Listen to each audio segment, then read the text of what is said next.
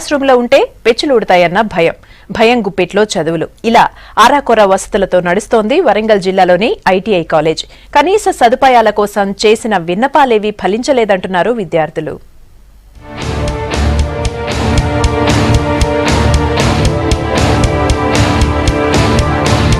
వరంగల్లోని ITI college సమస్యలతో సతమతమవుతోంది.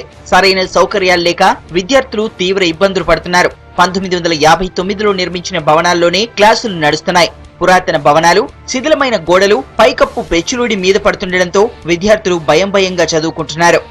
ITI college లో ఈ రూమ్స్ క్లాస్ రూమ్స్ కొన్ని కూలిపోయే విధంగా ఉన్నాయి. డ్రాయింగ్ క్లాస్ ఇట్లా అవి కొంచెం పగిలి, బెంచెస్ కరెక్ట్ లేవు, పైన రేకులు కూడా కరెక్ట్ లేవు, అన్నీ పగిలి ఉన్నాయి.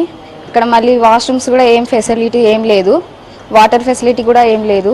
10 కోర్సులున్న ఈ కాలేజీలో 678 మంది విద్యార్థులు, 48 మంది లెక్చరర్లు ఉన్నారు. ప్రాక్టికల్ కోసం ఒక్కో ట్రేడ్ కు ఒక్కో గదిని కేటాయించారు. ఈ రూమ్స్ గోడలన్నీ పగుళ్లు పట్టి పురాతన భవనాలను తలపిస్తున్నాయి. గతంలో క్లాస్ రూమ్ లో ఉన్న విద్యార్థులపై పెచ్చులూడి గాయపడిన సంఘటనలు కూడా చోటు చేసుకున్నాయి. ఈ మధ్య కాలంలో ప్రాక్టికల్ గదిలోకి కోతులొచ్చి దాడులు చేస్తున్నాయంటున్నారు. ఈ కాలేజ్ శిథిలావస్థలో ఉంది. వర్షాకాలం వస్తే బిల్డింగ్ మించి వెళ్ళి మాకు వాటర్ పడుతున్నాయి. క్లాసులో చాలా ఖరాబ్ అవుతున్నాయి. కూర్చోడానికి కూడా ఇబ్బంది అయ్యేది వర్షాకాలంలో.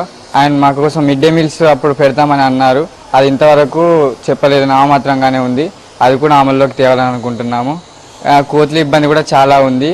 వాటిని కొంచెం చూసుకోవాలి. టిఫిన్ బాక్సులు క్లాసులోకి డైరెక్ట్ వస్తున్నాయి. విద్యార్థులతో పాటు లెక్చరర్లు కూడా భయంగానే ఉంటున్నారు. బయటకు వెళ్తే కోతుల బెడద తప్పడం లేదంటున్నారు. అధికారులకు ఎన్నిసార్లు చెప్పినా పట్టించుకోవడం లేదంటున్నారు. ప్రభుత్వ ఐటీఐ బాయ్స్లో అన్ని క్లాస్ రూమ్స్ కానివ్వండి, బిల్డింగ్స్ అన్నీ కూడా శిథిలావస్థలో ఉన్నాయి.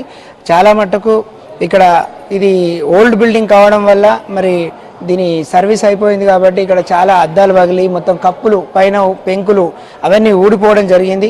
ప్రతి క్లాస్ రూమ్లో కూడా వర్షాకాలం వస్తుంటే ఈ వర్షం పడి నీళ్లు అక్కడ జామ్ అయిపోయి అవన్నీ పెచ్చులు ఊడిపోయి పిల్లల మీద చాలా సందర్భాల్లో పడడం జరిగింది.